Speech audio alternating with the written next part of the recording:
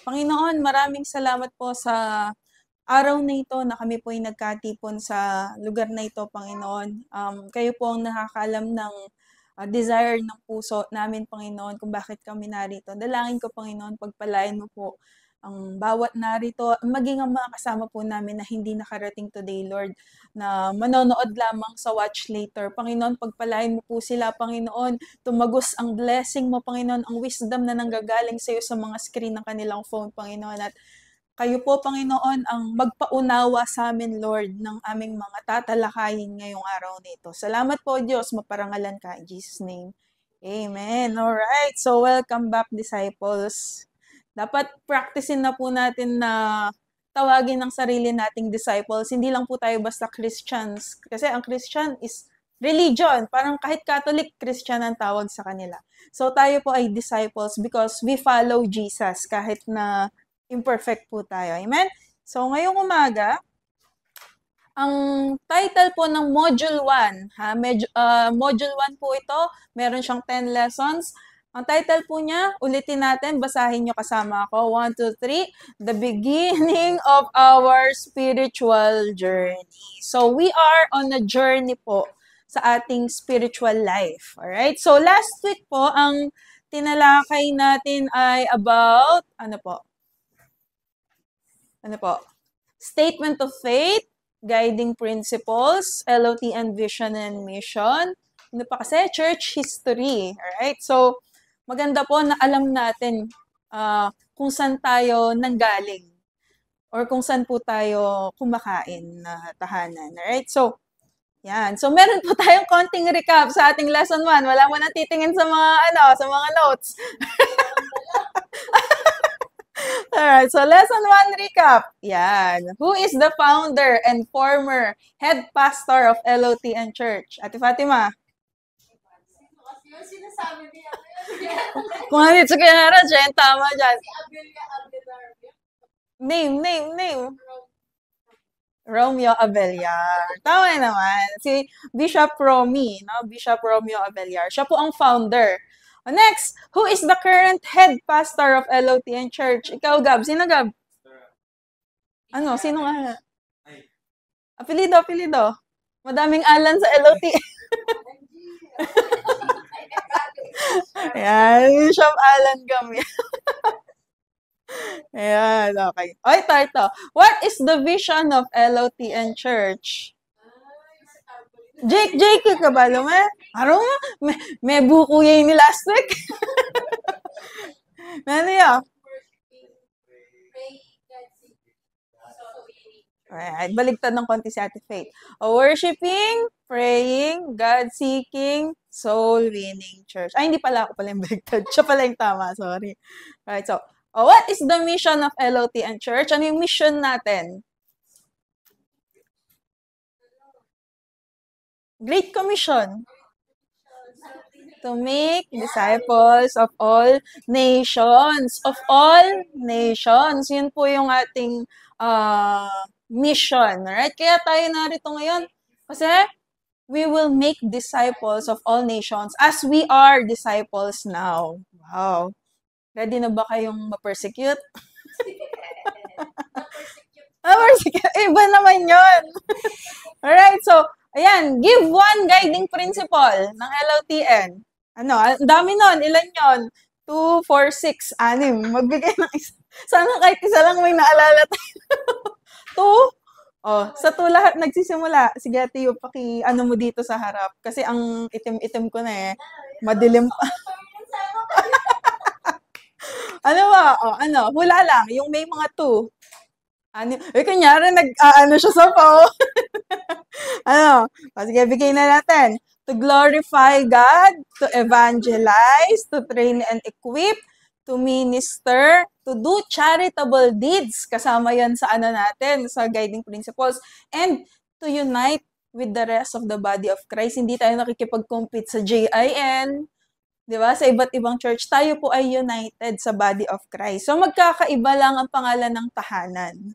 Pero tayo pong lahat ay parte ng katawan ni Kristo. Amen? O, ito. Okay lang na makalimutan nyo yung mga nauna ha, pero ito hindi nyo pwedeng makalimutan. How many God do we have based sa statement of faith? Ilan? Jake, pilan la Jake? 3. 3! Aray! Aray! O si Gab. Gab, ilan Gab? 3 lahat. 3 ladan Gab. How many God do we have? 1. Very good. 1 lang, Jake, ne? Ayaw ko tinuro kayo kita. Ayan. So, how many God do we have? 1 lang po. Okay? O, ito naman. Do we believe in Trinity? Yes. Ikaw, Jake, maniwala ka? Okay. Melituye Jacob. Siyempre, yes. O, ito naman. Who is Jesus? Pastor, nino po ay Jesus kaya katamo? Yes. Savior. Ano pa? Ikaw, Ate Faith? Lord. Kayo po. Sasabihin, God. Yes. Okay, so siya po ay Diyos at siya po yung second person na sa Trinity. We believe in one God in 3 persons. So, hindi po totoo na si Jesus ay tao lang or propeta lang. Sa ating pong doctrine, siya po ay Diyos. Alright. O, ito. Huwag niyong kakalimutan to. Important ito. How do we get saved? Gab, paano tayo maliligtas? Jesus is God. Jesus. Okay, ikaw, Ate Faith. Christ. Parang paiklian na kayo nasa Kay Jesus lang, not by others. Kayo po, Sis May. Alright, tama lahat ng sinabi po natin. By grace alone, through faith alone, in Christ alone. So, ang ating pong Bible text dyan ay Ephesians 2 verse 8. Okay, so, by grace, through faith, in Christ alone. Wag po natin kakalimutan yan. Right? Oh, ito na. Sinabi ni Ate Faith, can good works save us? Kung mabuti ka bang tao, maliligtas ka agad? Jake, ikaw? No. Okay lang yan. Right? So, hindi po tayo maliligtas ng ating magandang gawa. Kaya lang po tayo nakakagawa ng mabuti dahil yun po yung bunga ng salvation na tinanggap natin. Right? So, no. Okay? So, now we're ready for lesson 2, part 1. Alright. So, ang lesson 2 po, ang topic niya is the existence of God. So, God exists. No, hindi lang po siya basta kathang isip lamang or gawa-gawa natin. So, ang lesson po na ito, tutulungan tayong maunawaan at ma-reflect ang reality ng Diyos. Okay? Hindi lang po siya basta pag-aaral, kung hindi invitation po na buksan ng ating mga mata para makita natin yung fingerprints or yung ebidensya na ang Diyos po ay nag-i-exist. Saan? Dito sa mundo, sa universe, at sa ating personal na mga buhay. So, ang existence daw po ng Lord ay may fingerprints or may evidence kahit saan tayo tumingin. So, yan po yung aaralin natin this morning. Ayan, ito po ang ating objectives, 2. To gain an improved understanding about the existence of God. At pangalawa, maging capable po tayo na i-express o i-share ito sa ibang tao. Hindi lang po natin siya basta maunawaan, kung hindi, pag tinanong tayo, kaya natin siyang ipaliwanag. Right? So, ang ating outline po ngayon, 2 lang muna. The meaning of God's existence, at pangalawa, the question of God's existence. Alright, so may kodigo ako dito. Yan. So, una po, the meaning of the existence of God. So, Gab, pwede bang pakibasa mo itong meaning ng existence of God? Yung nasa screen. Alright, so, ang existence daw po ng Diyos ay yung paniniwala na merong isang supreme, supernatural being na gumawa dito sa mundo, nagsusustain ng pangangailangan nito, at namamahala sa lahat ng creation na ito, kasama na ang tao. Right? So, yun po ang meaning ng existence of God. Yung belief na iyon. Right? So, theism. Ayan. Theism po. Yan. Ito po yung belief na lahat po ng finite. Ano pong ibig sabihin ng finite? Kabaligtaran po siya ng infinite. Ang infinite, walang katapusan. Pag sinabing finite, may hangganan. So, ito daw po yung paniniwala na lahat ng may hangganan ay nakadepende sa isang supreme ultimate reality na tinatawag nating God, na pwede nating makilala in a personal terms. Pwede natin siyang makilala ng personal. Right? So, ito pong word na ito, nanggaling siya sa Greek word na theos. Yun po ang salitang, ang equivalent po nun ay God. And yun po yung root word ng theism. So, ang theism po, to simplify it, yun po ang paniniwala na may at least one God. Alright? So, meron po tayong three major religions sa mundo. At ito pong three major religions na to, they are considered theist or naniniwala sila sa at least one God. Una, Judaism. Pangalawa, Christianity. And pangatlo, Islam. Alright? So, yan po yung major religions natin sa mundo. Okay, so meron po tayong types of theism. Una po yung monotheism. It came po sa word na monos, means alone. So, ang monotheism po, ibig sabihin naniniwala ka sa isang Diyos. So, religions po like Judaism, Christianity, Islam, and others believe in only one God. So, yung ibang tao po, ang isip nila, ang Christianity is hindi siya monotheism. Kasi Trinity daw. 'Di ba? Dahil daw sa Trinity. Pero, ang Christians po, tayo po, ang paniniwala natin, the Father, the Son, and the Holy Spirit are three persons in one God. So, naiintindihan po ba natin yung Trinity? Hindi po natin siya fully maiintindihan. Naiintindihan lang po natin siya dahil nananampalataya tayo. But we can never understand the Trinity. Why? Because God is infinite and we are only finite people. Meron po tayong hangganan. Alright? So, yan po. Monotheism. Belief in one God. Pangalawa po, yung polytheism. Yan. Ito naman po, from the word poly, it means many. So, polytheism is the belief in many gods with each different roles. Bibigyan ko po kayo ng sample. I'm sure kilala nyo sila. Greek gods. Sila Zeus, Poseidon, sila Hades. Di po ba? Madalas nating marinig. Meron po tayong word literature, di ba? Sa subjects natin. Right. So, pangalawa po yung mga Roman gods. Equivalent po ito ng mga Greek gods. Sila Jupiter, di po ba? Sila Venus, sila Juno. Ayan. So, yan po yung ano nila, polytheism po sila. Sa Norse naman, ito, naririnig nyo to sa Marvel. Sila Thor, sila Odin, sila Loki, di ba? Diyos sila. Kumbaga, meron po silang kanya-kanyang powers, kanya-kanyang role. Norse po. Norse. Yan. So, Norse mythology. And dito sa Pilipinas, tingin nyo ba meron? Siyempre, meron. Pangalan nila, sila Bathala, sila Apolaki, sila Maria Makiling, pati si Sierra Madre. Si Sierra Madre, yan. Tsaka si Tala, at one hand. Ay, hindi, iba na. Joke po.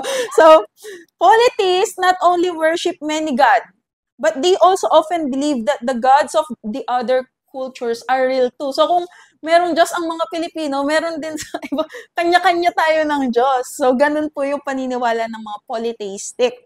Alright? So, pangatlo, binibilisan ko, hindi naman kasi importante to. Alright? So, pantheism, galing po sa word na pan, means all. So, pantheism po yung belief that everything is God. Pantheists think the whole universe are God and God are the same. So, ang buong mundo daw po ay ang Diyos. So, nasa loob tayo ng Diyos. Yun po yung paniniwala nila. Hindi po sila naniniwala sa isang personal na Diyos. No? But, sa isang force. No? Yun po yung pinapaniwalaan ng mga pantheistic. Alright? So, huwag kayong malito. Pantheism. Yung susunod, yung panentheism. Magkaiba po sila. Ano naman ito? Similar naman po siya sa pantheism dahil ito po ay nagtuturo na ang universe ay connected sa Diyos. Pero ang mga pantheist po, naniniwala sila that God is more than the universe. So yung unang paniwala niya, ang universe, yun ang Diyos.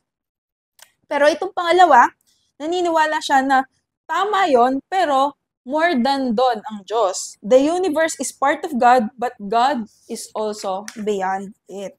Alright. Okay, last. Deism. Okay, Deus, di ko alam kung tama yung pronunciation ko, means God in Latin.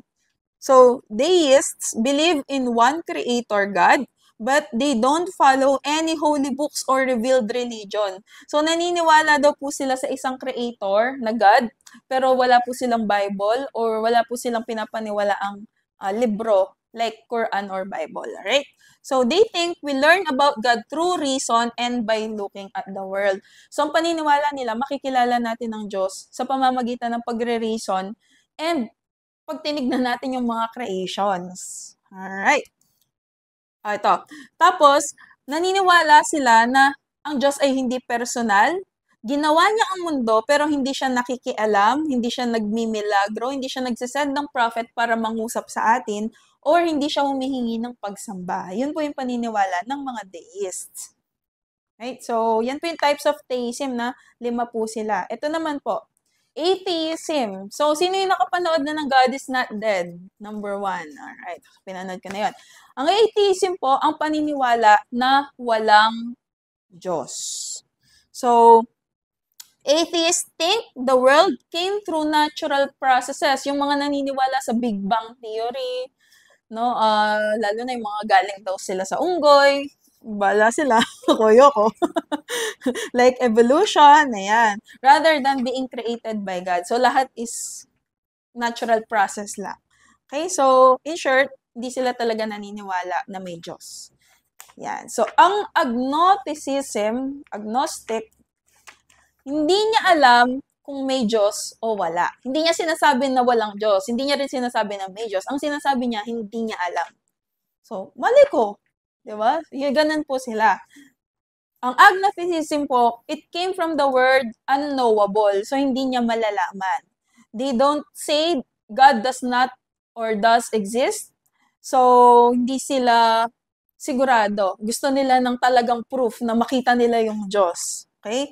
Unsure sila na may Diyos. Agnostic sila. Yun po yung the meaning of God's existence. So, pangalawa, the question of God's existence. Does God exist? Natanong nyo na po ba yung sarili nyo? Kahit once sa buhay nyo, nag-exist kaya ang Diyos? Totoo kaya ang Diyos? Hindi po ba kayo dumating sa point na yon? Or I want to ask, ngayon po ba nasagot na yung tanong na iyon sa inyo? Or nalilinawan na po ba? Kasi po, ang journey po natin na ito is all about God and God knowing us and us knowing God. Right? So, kikilalanin po natin ang Diyos. Dahil kailangan po matibay sa core being natin na ang Diyos po ay totoo, siya po ay buhay, siya po ay nag-i-exist, at siya po ay personal na Diyos. It means, gusto niya tayong kilalanin, gusto niya ng relationship sa bawat isa sa atin. So, kung tatanungin ni Jacob, ay, buri na akong makilalang Lord. Oh, well, buri na kang makilalang Lord. Gusto kang makilala ng Lord. Dapat pala Tagalog. Right? So, yan. The question of God's existence. The most important thing daw po na pwede nating itanong sa buhay natin is kung nag-e-exist daw ang Diyos. Okay? So, hindi lang po siya basta philosophical idea. Kasi, itong tanong na ito, it shapes our future, it guides our decisions, and it impacts every part of our life. Imagine, if ang sagot mo sa tanong na iyan is, no, God does not exist, magbabago po ang pananaw natin sa buhay. Magbabago po yung magiging direction natin in life. However, if we answer yes to this question, iba rin po yung patutunguhan natin. Iba po yung magiging decisions natin sa life. Iba po yung magiging imagination natin sa ating mga future. Amen?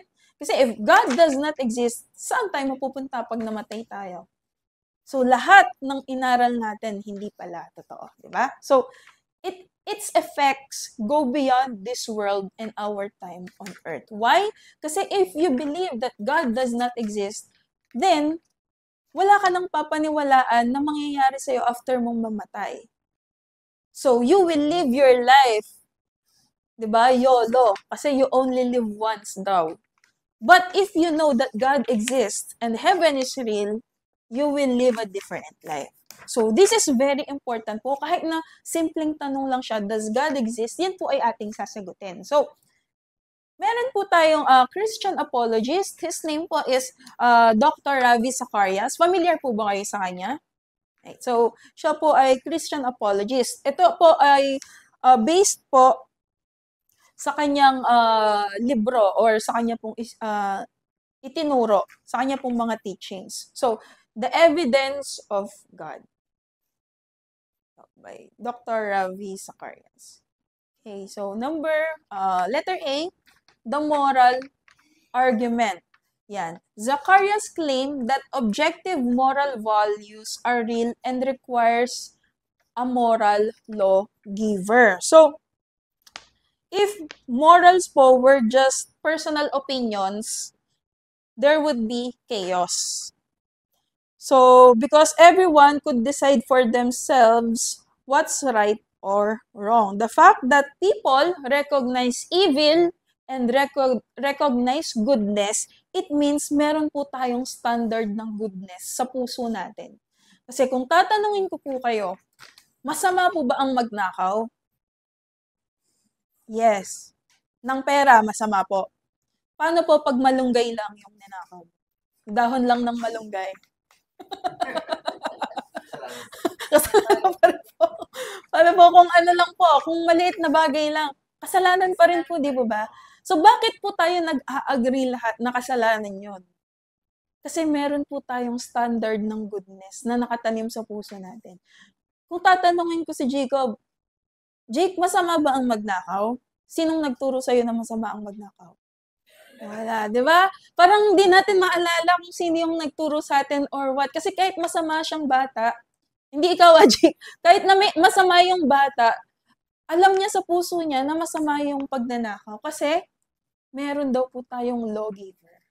Yun ay ang Diyos. Isa sa ebidensya na nag-e-exist ang Diyos, yung moral argument. Na meron tayong standard of goodness sa ating mga puso. Sino po yan?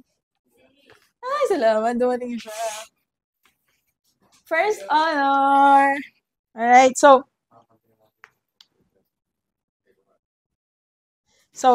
this standard is higher than humans. So, pinupoint po niya ang Diyos bilang source ng goodness na ito para siyang automatic na pagkapanganak mo, merong nakatanim na ganun sa puso mo. Di po ba? So, kung tatanungin ko kayo, kung mabuti po ba na magbigay tayo ng ulam sa kapwa natin? Mabuti po.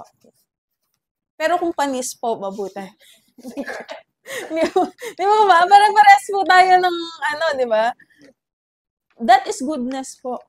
No, yung goodness po na yon itinanim ng Diyos sa ating mga puso. Di po ba? So, ang Bible references po niyan is Romans chapter 2 verses 14 to 15. Basahin ko po Even people with hindi po pala ito yung verse. Even people without God's law can know right from wrong because God has written it in their hearts. So kahit po medyo masama ang ugali natin, alam po natin yung masama sa mabuti. Next po is Micah 6 verse 8. God shows us what is good. Act justly, love mercy, and walk humbly with Him. Alright. Nakuha niyo po ba? So, yan po yung moral argument. Letter A. Letter B. The argument from the coherence of the Christian worldview. Parang medyo malalim yung coherence. Ako din po napasearch ako kung tama yung alam ko. So, ang coherence po means that all the pieces fit together and make sense like a puzzle. Nothing feels out of place. So, coherence, it means all things fit together. Anong ibig sabihin po nun? Example, si Sis May, gumising siya ng 7 a.m. and then naligo siya, nagluto siya, and then pumunta siya dito ng 10 a.m. It makes sense, di ba? Pero kung ang kwento niya, nagising ako ng 7 a.m. tapos nanood ako ng TV ng 3 a.m. Parang it does not make sense, di po ba? Ang gulo, hindi siya nag-fit together yung kwento niya. Kaya yung mga sinungaling, hindi swak yung mga kwento nila, palaging may loopholes. Kasi hindi siya coherent yung mga kwento nila. So, pag nagsasabi ka ng totoo, coherent yun. Lahat nag-fit together. Kahit sinong witness, kahit hindi kayo magkausap, kahit hindi kayo magkita, tumutugma yung sinasabi ninyo. Kasi, totoo yung sinasabi nyo. So, argument from the coherence of the Christian worldview. Ang worldview naman daw po, it's the way you understand life, people, and everything around you. So, it helps you answer big questions like itong 4 na sasabihin ko po, no? So, yun po ang worldview. So, sabi po ni Ravi Zacharias thought that a good worldview must answer 4 big questions. Ito po yung 4 big questions natin sa buhay. Okay. Origin. Saan tayo nanggaling? Payag ba kayo na sa unggoy? Sabi naman ng iba, sa snakes. Sabi naman ng mga Pilipino, sa bamboo. Di ba? So, saan po tayo nanggaling? Pangalawa, what is the purpose of life? Anong purpose mo? Bakit ka nandito ngayon? Bakit ka nabubuhay? Bakit sa billion of sperms, ikaw ang nagwagi? Di po ba? Billions, ilang billions ba approximately, Ate Faith, ang naglalaban-laban, ang kalaban natin?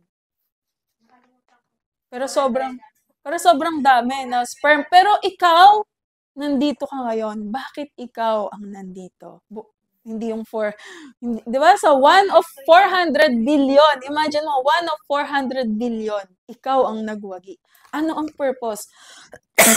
Coincidence lang ba yon? So, pangatlo, morality. How do we determine right from wrong? Okay? So, number 4, destiny. What happens after death? Anong mangyayari? Parang bula na lang ba tayo na wala na? Pag namatay na, wala na? Ganun po ba? Yung iba naman, naniniwala sila sa reincarnation. Di ba nga? Kaya nga dyan nanggaling yung, baka dati kang bulate. Doon po galing yung joke na yun, no? So, he explained that the only religion po na nagpo-provide ng logical and consistent answer sa 4 na tanong na ito ay Christianity. Right? So, the only religion that provides logical, hindi lang siya kwentong barbero. At higit sa lahat, consistent yung mga sagot nila, Christianity lang po. Okay? Number 1, ang origin. Sagot sa origin kanina, di ba? God created the world and humans on purpose. Meron pong purpose. Pangalawa, life is valuable because we are made in God's image. Sabihin mo nga sa sarili mo, we are made in God's image. Alright. God's image. So, pangatlo, yung morality, good and evil comes from God's character, not just human opinion. Hindi lang, kasi po lahat tayo may opinion sa mabuti at sa masama. Hindi po ba? Pero, ito pong good and evil na ito, it came from God's character. So, yun po yung standard natin. Yun po yung source natin. Hindi lang siya basta opinion. And number 4, yung destiny natin, faith in Christ gives us hope even after death. Kaya nga po sabi ko sa inyo kanina, kung hindi tayo naniniwala na nag-e-exist ang Diyos, mag-iiba ang ating pananaw. Di po ba? So, through our faith in Christ, meron po tayong hope even after that. Napansin niyo po ba kapag namatayan po tayo ng minamahal sa buhay? Nung namatay po yung tita ko, yung nakatira dito sa tabing bahay, malungkot po ako pero may hope na balang araw magkakasama-sama po ulit tayo. Meron po tayong grand reunion sa heaven. Amen? Even po yung mga minamahal natin na wala na. Malungkot ka, pero may joy ka kasi alam mo someday magkikita ulit kayo at magkakasama. Amen? Meron po tayong hope even after death. Right? So,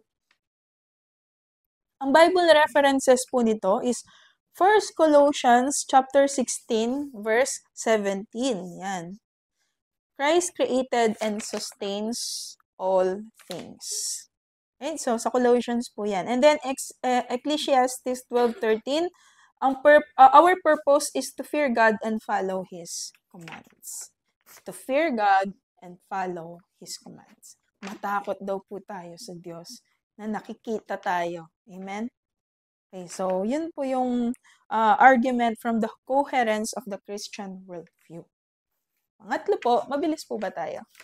Okay, so medyo mabilis po. Let me know.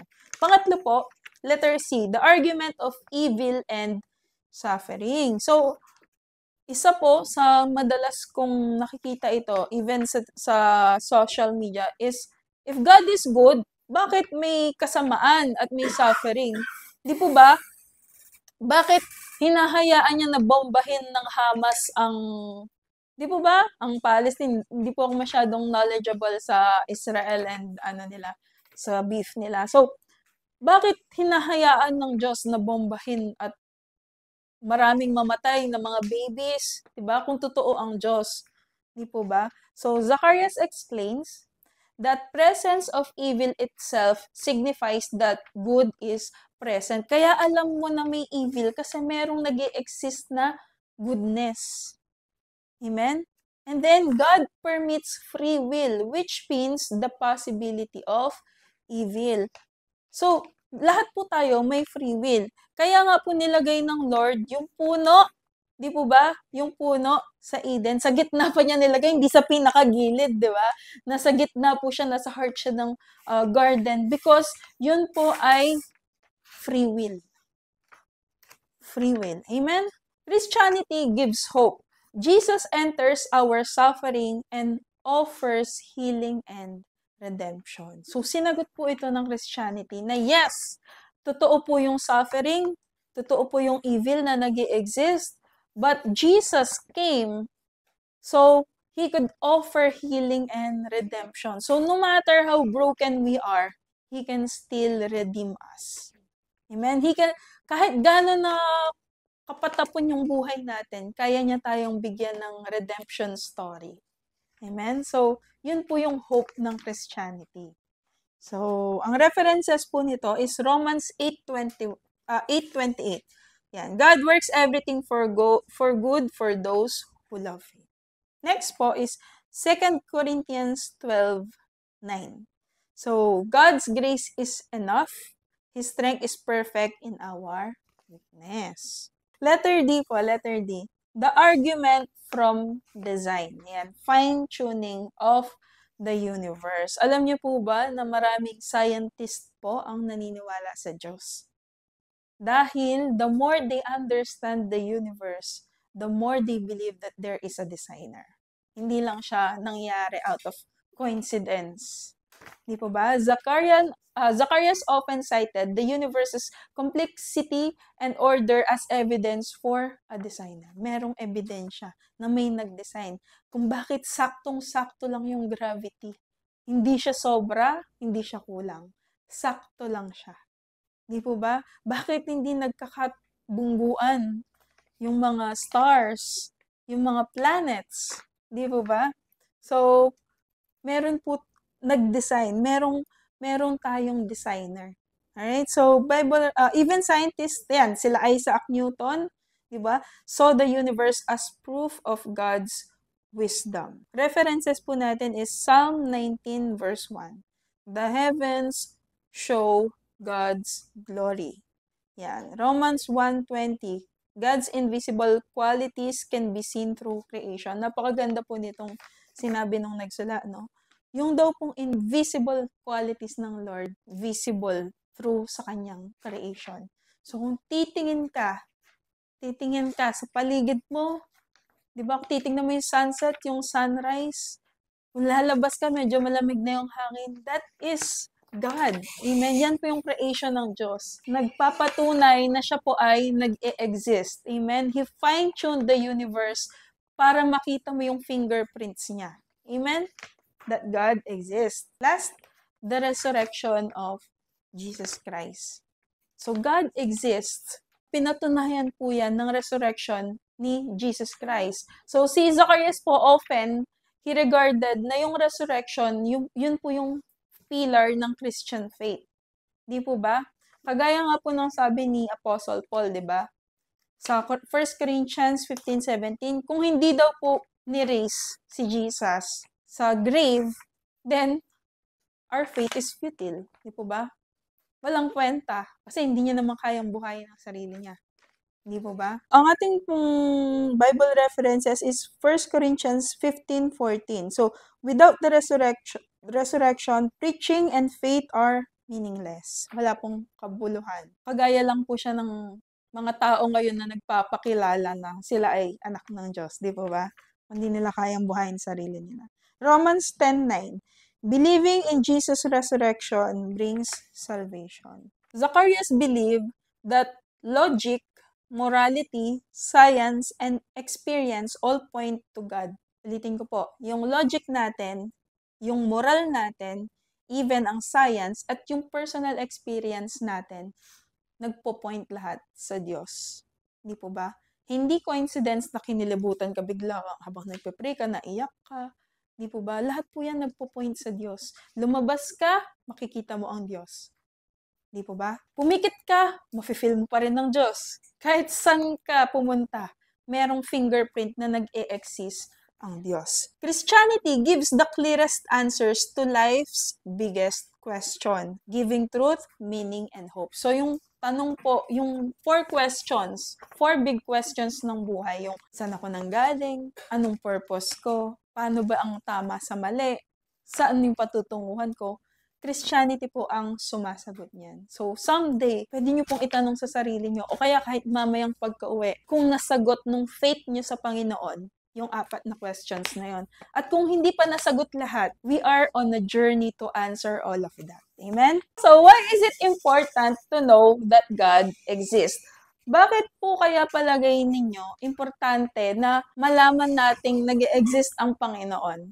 Imagine if hindi ka maniwala na nag-e-exist ang Diyos, hindi ka walan sa Kanya. Pero pag hindi tayo naniwala na hindi siya nag-e-exist, tayo po ang kawalan. Sabi po nang narinig ko noon, whether you go to heaven or not, God is still God. Heaven is still heaven. Pero pag ikaw, hindi ka naniwala sa Diyos, you are doomed. Hindi lang siya for life, but for everlasting. Amen? It is important that we know God exists. At importante din po na kaya nating i-share sa kapwa natin na may isang Diyos na nag-o-offer ng personal relationship sa kanila. Kahit simpleng words po, hindi po natin kailangan i-preach or i-teach kagaya nito. Yun lang kaya natin siyang i-share sa ibang tao. Kunyari, nakikita mong nahihirapan yung pinakamatalik mong kaibigan. And then, meron kang kakayahan or meron kang pwedeng i-share sa kanya para mabago yung buhay niya. Hindi ba i-share natin yun sa kanya? So, ganun po. Kaya kailangan talaga nating pag-aralan, kailangan nating maintindihan kung bakit merong Diyos at yung existence ng Diyos sa buhay ng bawat isa sa atin at even dito sa buong mundo. Amen? Kasi marami pong nakikipagdebate na hindi nag-i-exist ang Diyos. Marami pong nakikipag-debate that God is dead daw. Diba? God is not real. He does not exist. Lahat ng yan, haka-haka lang yan ng mga Bible na nagsulat. Di po ba? So, it is important for us to know and defend. Kailangan po malalim sa core being natin na nakatanim ito. Yung existence ng Diyos. Kasi everything will make sense sa buhay po natin. Amen? Yan. So, why is it important to know that God exists? So, una po, yung personal reasons natin. Belief before behavior. For example po, yung behavior nyo ngayon na kumakalma ka, kaya mo nang i-hold yung emotions mo. Or kahit tinatry mo lang i-hold yung emotions mo. Why? Because you know that God exists. Di po ba? And as His follower, it is important na makita ng kapwa natin yung Diyos sa atin. Di po ba? Mabless sila sa atin. So, hindi po natin yun magagawa fully if wala po yung belief na nag-i-exist po ang Diyos. So, belief shapes behavior. Ang belief daw po natin, isi-shape niya yung magiging behavior natin. Right? So, believing in God shapes how we see reality, morality, and purpose. It gives hope, comfort, and guidance in suffering, evil, and even in death. Merong hope. Di po ba? Hindi kayo ayoko nang mag-church, Lord, pinag-pray ko nung gumaling, tapos namatay. Di ba? Hindi ka naman yata totoo, Lord. Di po ba? May mga ganun po, no? Totoo po yun. Na pinag-pray ko yung nanay kong gumaling, hindi mo pinagaling, hindi yata totoo ang Diyos. Di po ba? So, knowing that God exists gives us the comfort. Amen. Even in suffering and in death. Amen. Our belief affects how we treat others, the environment, and participate in God's commission. So yung belief po natin, pati yung relationship natin sa ibang tao, maaapektuhan. Amen? Minsan po, no, mga naunang panahon, sobrang one-sided lang natin. Everything is about ourselves, yung feelings mo, ganun lang, lahat nakasentro lang sa'yo. Pero kapag po nakilala mo ang Diyos, ipapakita niya lahat ng side sa'yo. Mas madalas nga, yung puwing mo yung ipapakita niya. Di po ba? Hindi yung puwing ng kapwa mo. Yun po yung una, personal reasons. Pangalawa po, yung witnessing reasons. Conviction before conversion. To share God with others, we must first believe in Him ourselves. So, paano mo i-share kung hindi ka naniniwala? Paano mo i-share kung hindi mo nauunawaan? Di po ba? Paano mo siya, kaya nga po sabi ko, kailangan maintindihan natin para kaya natin siyang i-share. Kasi kung tayo mismo, di natin naiintindihan, tayo mismo, hindi natin nauunawaan, konting pagsubok lang, ay, hindi totoo ang Diyos. Di po ba? Pero kung nauunawaan mo, even in suffering, mas lalo mong mafe-feel yung existence ng Diyos. Sabi ko po kay Ate Kim, yung pinsan ko, pakanaano mong abalo na agyo ng magpagaling, Lord, kung di ka magkakasakit. Sabi ko po sa kanya, kasi di ba may cancer yung husband niya. Sabi ko, paano mo malalaman na makapangyarihan ng Diyos kung hindi ka magkakasakit? Eh di, sasabihin mo lang, ay, panglagnat lang pala si Lord. Pangsipon lang pala yung kaya niyang pagalingin. Di po ba? So, even cancer, God can do miracles. And God is still doing miracles sa panahon po natin. Amen? So, yun po yung witnessing reason. Sabi ko sa kanya, kapag napagdaanan nyo yan, sobrang powerful ng testimony yung mag-asawa. Kasi may visible na nakikita natin, di ba, naputol ng paa, nagka-cancer, di po ba? Lahat tayo, meron tayong testimony. Pero yung sa kanila po kasi, visible talaga. Nakita mo kahit sa malayo. Di po ba? Bakit ba yan nagbabible study? Naputol na yung paa. Ba't yan sumasama sa maghayo, mag-share ng word, naputol yung paa? And then pag nagsalita siya, nag-witness siya kung paano binago ng Lord ng buhay niya, ang laki ng impact. Di po ba? And ganun din po yun. For witnessing purposes, marami po tayong dinadaanan ngayon para kaya nating i-testify sa ibang tao. Amen? For witnessing reasons. Conviction before conversion. Pangatlo po, why is it important to know that God exists? Eternal reason. Di po ba? Wala nang iba. Eternal reason. Direction before destination. Kailangan po, yung destination natin, alam natin.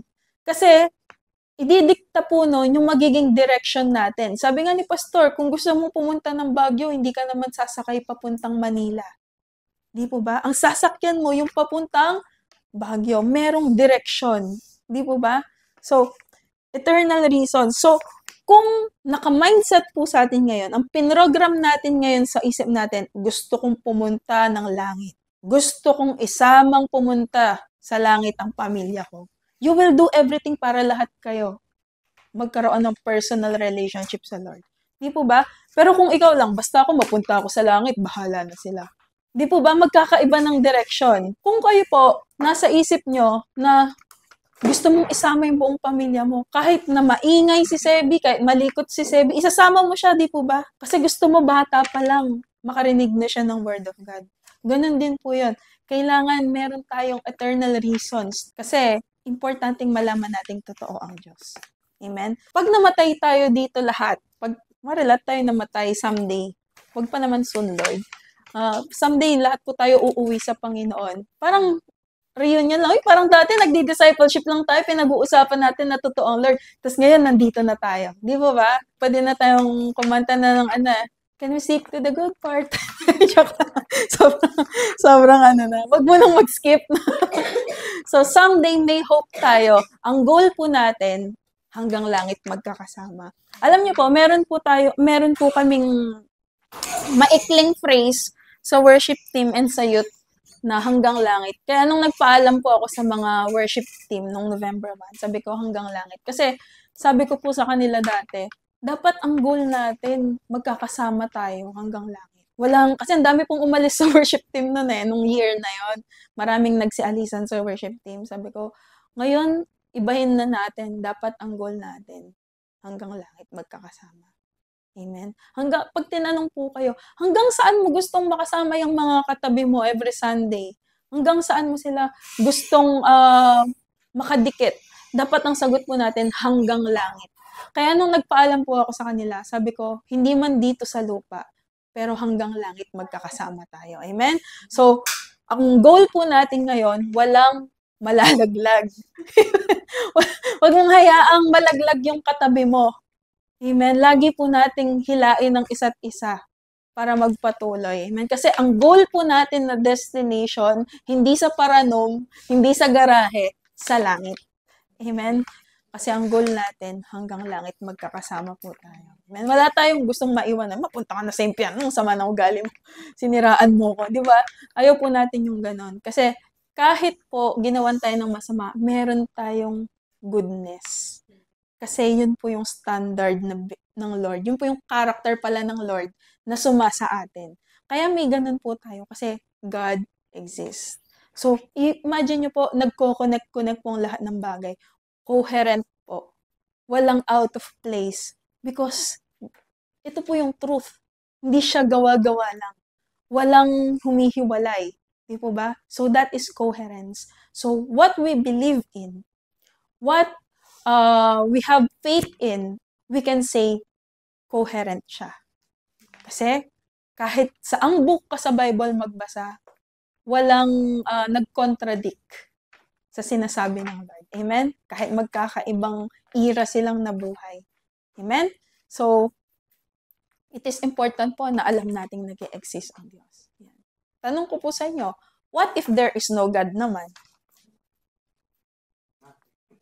Wala. Hindi po. Kunyari po ngayon, naniniwala tayo sa Lord. Buong buhay natin naniniwala tayo sa Lord. Tapos namatay tayo. Tapos nalaman natin, hindi pala totoong may Diyos. Walang mawawala. Walang mawawala sa'yo. Di po ba? Walang mawawala sa'yo. And tama po yung sinabi ni Pastor, kung wala pong Diyos, magulo po. Kasi personal opinion lang ang moral natin.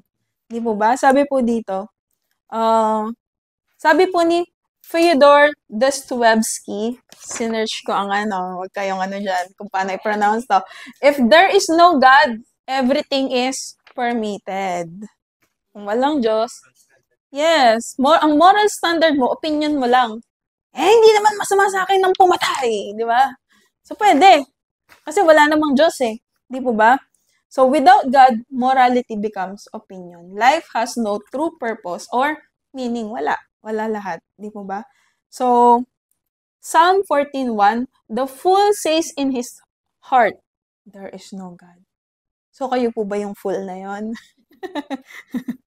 Sorry, yung sa Proverbs kasi na fool ako yun. So, joke lang po. So, life without God can feel empty, meaningless, and directionless. Some people, nafe-feel nila empty. And minsan po may pagkakataon na dumarating sa atin yun na parang empty tayo. So, balik lang po tayo doon. Na ang Diyos po ay nag-e-exist at may purpose po kung bakit pinagdadaanan natin ang isang bagay at kung bakit po tayo nag-e-exist. Amen? So, yan po. Kapag walang Diyos, magulo. Ayan. What if there is God? Wala pa rin mawawala sa atin. Amen? Kasi nananampalataya kang may Diyos. Faith gives purpose, direction, and hope.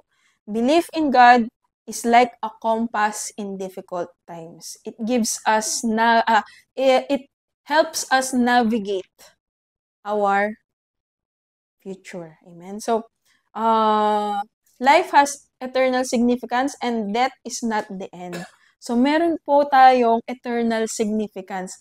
Si Pastor Kulis, hanggang eternal, meron siyang significance. Hindi lang siya bulang magpa-pop and then wala na. Hindi lang siya basta magsi-cease to exist. Hanggang eternal, hanggang everlasting, merong significance ang buhay niya. Amen? Malay natin, ilang tao pala yung napunta sa langit dahil nagpagamit ka. Ba? Malay mo, pagpunta mo ng langit, may biglang lalapit sa'yo, uy, thank you, shineran mo ko nun nakilala ko ang Lord. Di ba? So, meron pong hope na gano'n. Meron pong joy na gano'n. Kasi, nag-exist ang Diyos. So, sabi po ni Blaise Pascal, ito po ay inventor din, believing in God is the best bet. Ibig sabihin po ng bet, ano ba yun? Yung kapag tumataya ka, sugal. Yun po yung pinaka-best na sugal, pwede nating isugal or i-risk. If God exists, we gain everything. If not, we lose nothing. Walang mawawala sa atin if hindi siya nag-exist. Pero, napaka-imposible pong sabihin na hindi nag-exist ang Diyos. Kasi we can feel it. We can see it. We can hear. Di po ba yung existence ng Diyos? Amen? So, yan po ang end ng Lesson 1, Part 1. So, may questions po ba tayo? Ay, sorry. Lesson 2, Part 1. Sorry. Alright. So, kung wala, ito, meron pong question dito. If God created everything, who created God? Yan. Meron na rin pong sagot. So, God does not need a creator because He never began to exist. He is the eternal, uncaused, first cause who started everything else. So, ang concept po natin ng time ay galing po sa Diyos. Siya po ang nag-imbento ng time. Kaya hindi po natin mauunawaan ang Trinity, di po ba? Hindi natin mauunawaan ang existence ng Diyos fully. Kasi tayo po ay finite beings. Ibig sabihin po, meron pong hangganan yung kaya lang nating maunawaan kahit ikaw ang pinakamatalinong tao sa mundo. So, narinig ko po ito kay Pastor Peter Tanchi, no? Kasi nag-a-attend po ako sa CCF online. So, nakatuwa po ako dun sa sinabi niya na yun. Na kasi finite ka lang, tapos gusto mong intindihin yung creator mo. Hindi posible yan. Kaya ka lang naniniwala sa Trinity kasi nananampalataya ka. At yung pananampalataya na yun, it gives us the confidence that what we believe in is true. Amen? So, any questions po? Can we praise the Lord? Let us pray. Hallelujah. Panginoon, maraming salamat po sa araw na ito. Salamat, Lord, sa salita mo. Dalangin ko po na gawin mo po itong mabunga sa aming mga buhay, Panginoon. Mabunga enough, Lord, para po makinabang din ng ibang tao, Panginoon. Maraming salamat, Lord, sa desire po na matuto, sa desire po na mas makilala ka, O Diyos.